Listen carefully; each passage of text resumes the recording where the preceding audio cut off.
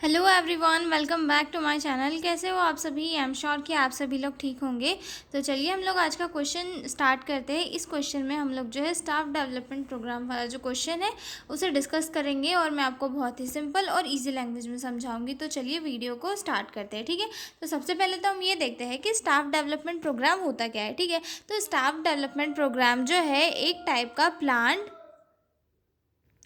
और continuous process होता है जिसमें किसी भी हॉस्पिटल या फिर ऑर्गेनाइजेशन के अंदर जो स्टाफ वर्क कर रहा होता है उनके डेवलपमेंट के लिए वहाँ पर जो है प्रोग्राम्स चलाए जाते हैं। यानी कि उनकी जो स्किल्स है उसे डेवलप कैसे किया जाए। यानी कि हमारा जो सेक्टर है हेल्थ केयर सेक्टर, यहाँ पे क्या होता है, नई नई डिसीज़ आती रहती है, नई नई मशीनरी आती रहती है, नई नई टेक्निक्स का इनोवेशन होता रहता है।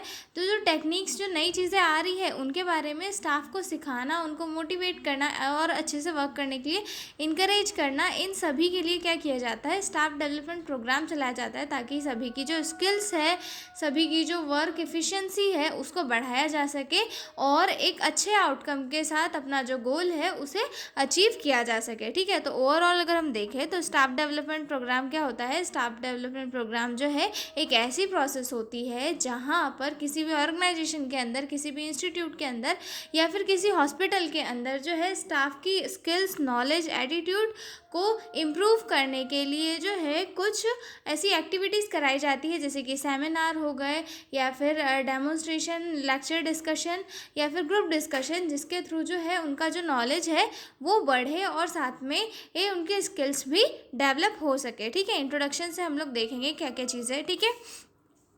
Staff development program is planned and continuous process designed to improve the knowledge, skills and attitude of healthcare staff, ठीक है। स्टाफ डेवलपमेंट प्रोग्राम क्या होता है, एक ऐसा प्लान और कंटिन्यूस प्रोसेस होती है जो किसके लिए डिज़ाइन की जाती है, ये जो हेल्थ केयर स्टाफ है या फिर किसी भी इंस्टीट्यूशन में वर्क करने वाला स्टाफ है, उनकी स्किल्स, उनके नॉलेज और एटीट्यूड को इम्प्रूव करने के लिए, ठीक है। Specially nurses, it help staff to stay updated and deliver high quality patient care.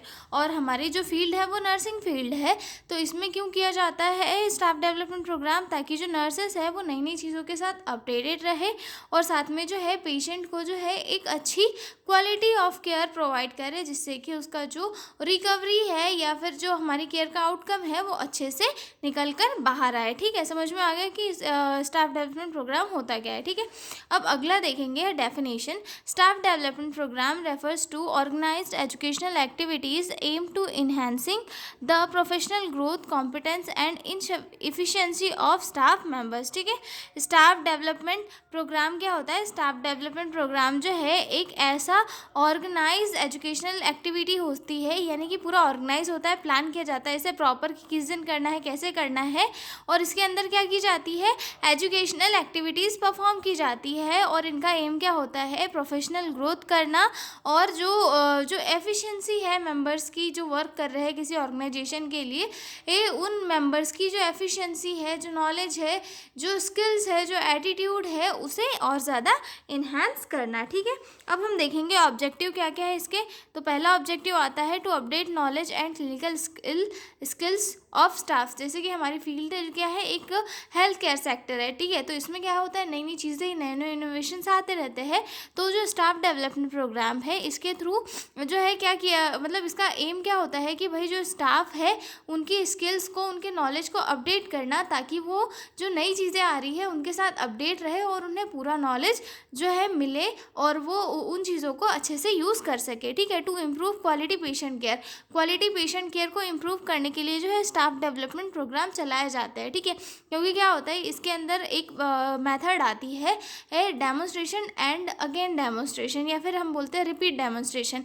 यहाँ पे क्या करता है, जो एक्सटर्नल है या फिर जो हायर अथॉरिटी है वो किसी नई टेक्निक्स को सीखती है और फिर वो अपने ऑर्गेनाइजेशन के स्टाफ को सिखाती है, ठीक है। जैसे कि मान लो सीपीआर है, सीपीआर उसके स्टाफ को नहीं आ रहा है ठीक से, तो जो टेक्निक, वो जो हायर अथॉरिटी वाला पर्सन है, जैसे आईसीयू का स्टाफ है, वो आएगा और वो पूरे हॉस्पिटल के स्टाफ को जो है अच्छे से सीपीआर की टेक्निक्स और इसके इंडिकेशन कॉन्ट्राइंडिकेशन अच्छे से समझाएगा।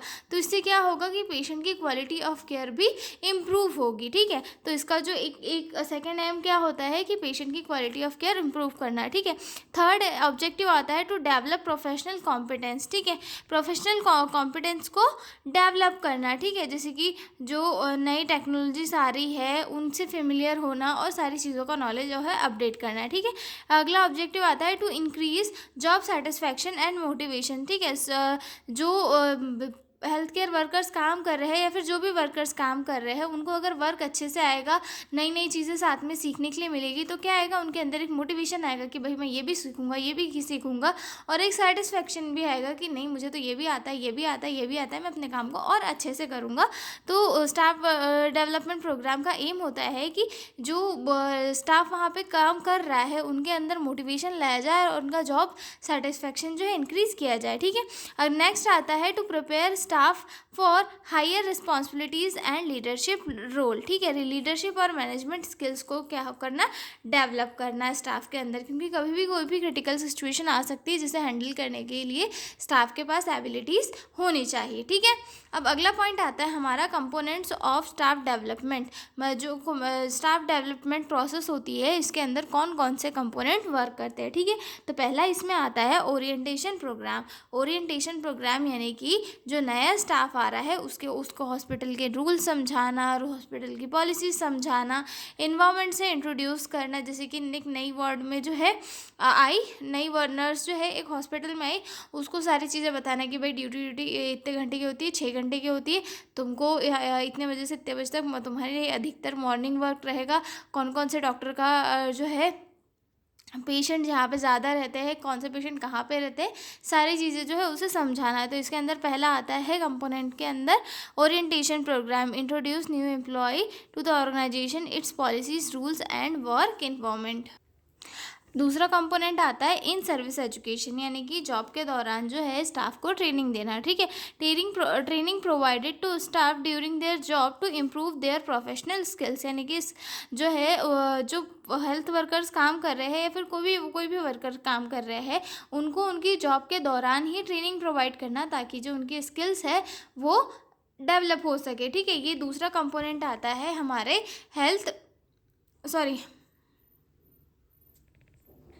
स्टाफ डेवलपमेंट प्रोग्राम का। ठीक है, इस जैसे कि इन्फेक्शन कंट्रोल प्रैक्टिसेस करवाना, न्यू इक्विपमेंट कैसे यूज़ करना है, इन सभी की ट्रेनिंग वगैरह देना इन सर्विस एजुकेशन के अंदर आता है। ठीक है, उसके बाद आता है कंटिन्यूइंग एजुकेशन। कंटिन्यूइंग एजुकेशन यानी कि स्टाफ को जो है अपडेटेड नॉलेज देना, जैसे कि सेमिनार, वर्कशॉप, कॉन्फ्रेंस करवाना, जिससे कि जो है लाइफ लॉन्ग लर्निंग प्रोसेस उनकी चलती रहे और वो जो नए नई चीज़ें आ रही है उनसे वो जो है अवगत रहे। ठीक है, ongoing learning activities such as workshop, seminar and conference to keep staff updated। ठीक है, अगला आता है हमारा स्किल ट्रेनिंग। ठीक है, स्किल ट्रेनिंग यानी कि जो स्टाफ होते हैं स्टाफ की स्किल को तो प्रमोट करना ताकि वो अच्छे से प्रोसीजर और टेक्निक्स को परफॉर्म कर सके। ठीक है, focus on developing practical skills like procedure and techniques. ठीक है, leadership training help senior staff develop leadership and management abilities. ठीक है, जो सीनियर स्टाफ होता है उनके अंदर जो है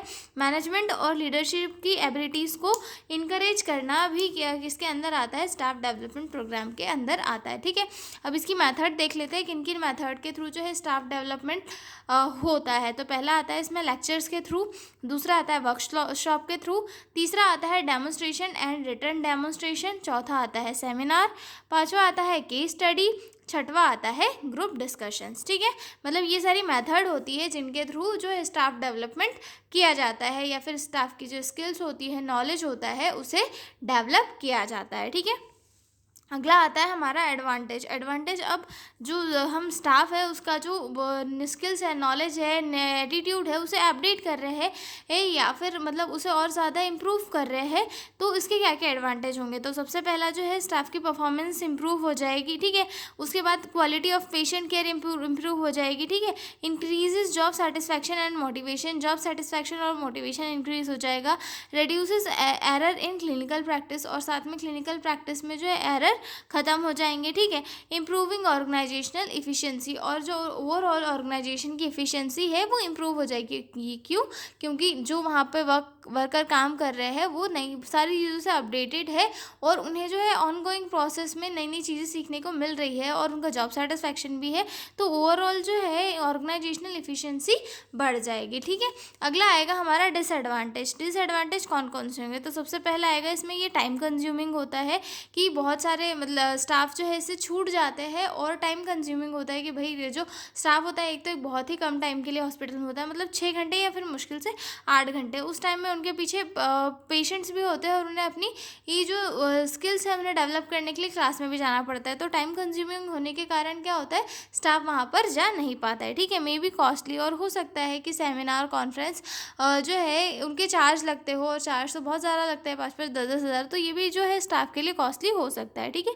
difficult to manage during staff shortage, और अगर किसी ऑर्गेनाइजेशन के अंदर ये प्रोग्राम चलाए भी जा रहे हैं और अगर वहाँ पे स्टाफ की शॉर्टेज है, तो फिर वहाँ पे पेशेंट को देखने के लिए तो कोई स्टाफ रहेगा ही नहीं, तो वहाँ तो ये जो है काफ़ी डिफ़िकल्ट होता है जब स्टाफ की शॉर्टेज होती है तब, ठीक है।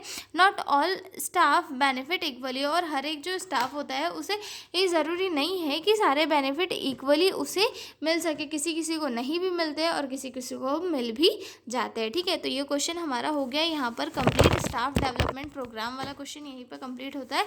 अब हम मिलेंगे अगले वीडियो में एक नए क्वेश्चन के साथ, तब तक आप लोग बने रहिए मेरे साथ। और अगर आपको PDF नोट्स की रिक्वायरमेंट हो तो डिस्क्रिप्शन में मेरा मेल दिया हुआ है, आप उस पर कॉन्टैक्ट करके PDF नोट्स ले सकते हो, ठीक है। तो मिलते हैं अगले वीडियो में, तब तक के लिए बाय बाय।